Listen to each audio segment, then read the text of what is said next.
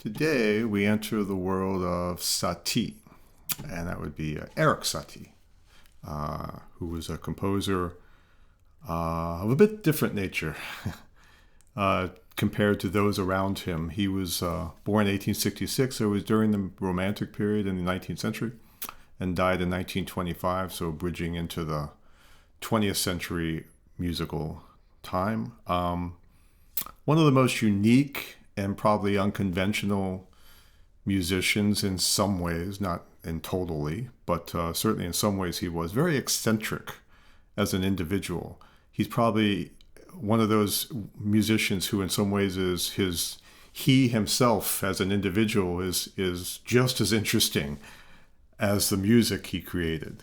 You know, you could look at him just by himself as a person and how he lived, and that would be sort of a fascinating kind of a story all by itself, forgetting about the music. But as a musician, he had an important impact. He impacted people within the 19th century at the end of the Romantic period, like Debussy or Darius Milhaud, to name just a couple.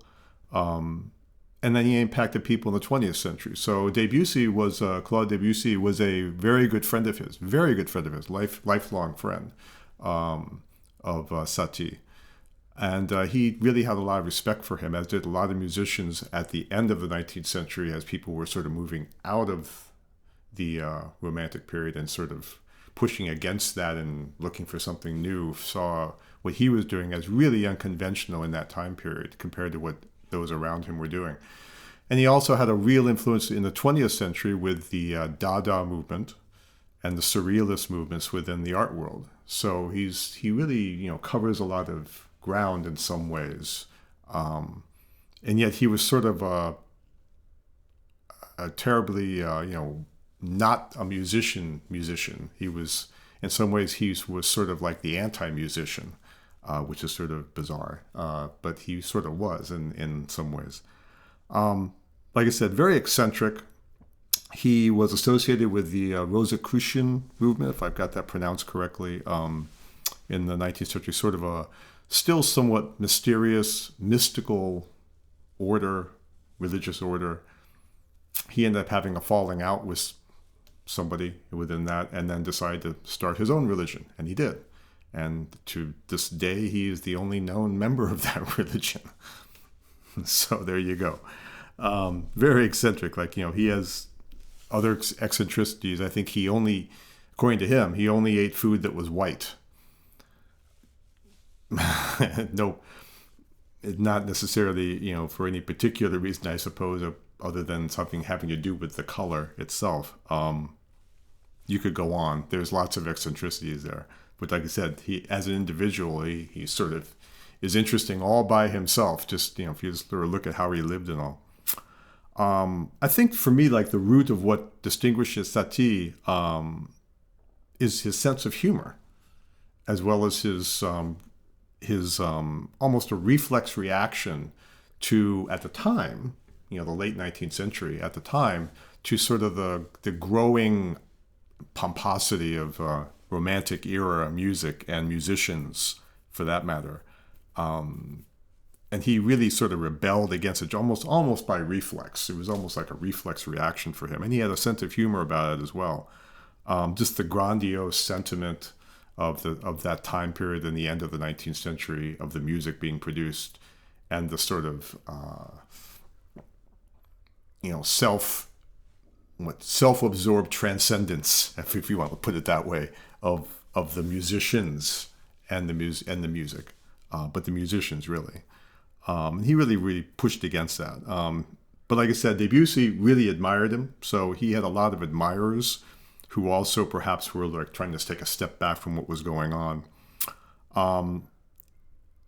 Debussy published, for example, was more of although he was very, a pioneer in some ways, he still was sort of in that, Romantic vein in some sense, even though he was really doing quite new things. But he named his pieces in different kinds of ways, which sort of went along with some of the things that were going on, like Dancers of Delphi, Waiting for Years in Vain,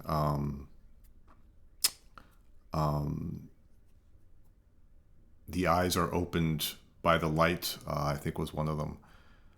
And Satie, he named his pieces a bit differently. And like I said, it was purposeful. Like he was really sort of mocking people at the time. He was criticized at one point for his pieces lacking form. And he really was someone who was sort of pushing against the idea of formalistic kinds of things. But he was criticized for that, and his response was to then write a piece called Three Pieces in the Form of a Pear, in the shape of a pear. And so that was, that's his sense of humor. And other times he named pieces, what was he named it? It was Desiccated Embryos,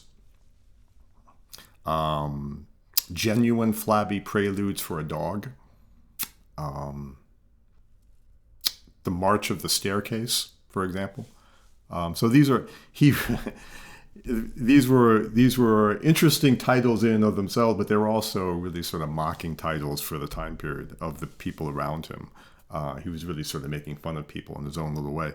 And his instructions for players, if you read them and you translate them to English, they're also equally sort of things. Usual music would be, they give you a speed indication when they have types of how to play something. Play it lightly, play it with a certain amount of sentiment or whatever the case may be, and they're meant to be taken to guide the player.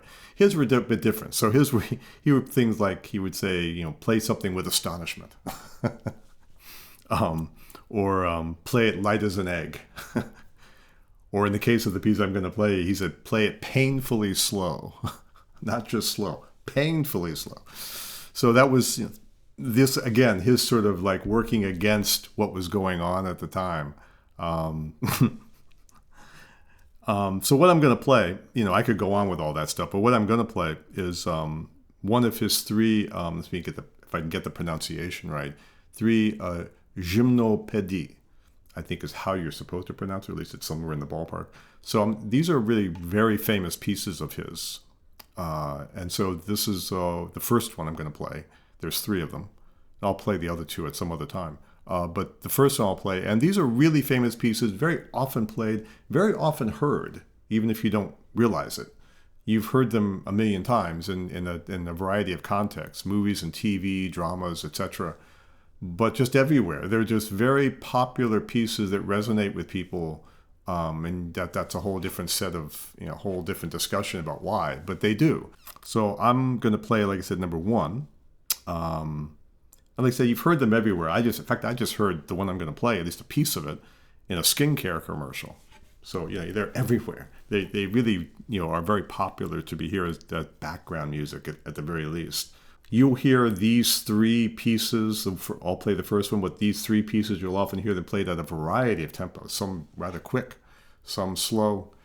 I'll sort of take him at his word and play it slow, because I think that really is part of the interesting part of the piece, is the slowness of it. So I'll take his instructions more literally. And I'll end with a quote that maybe is a good example of his sense of humor. He was working with an orchestra who was doing the ballet parade, and he was going back and forth with the orchestra, and at one point one of the musicians stands up and he says, Monsieur Satie, you think I am an idiot. And so Satie says to him, no, I don't think you're an idiot, but of course I could be wrong. Gotta love the guy for that. So anyways, here is Gymnopédie number 1 by ERIK Satie.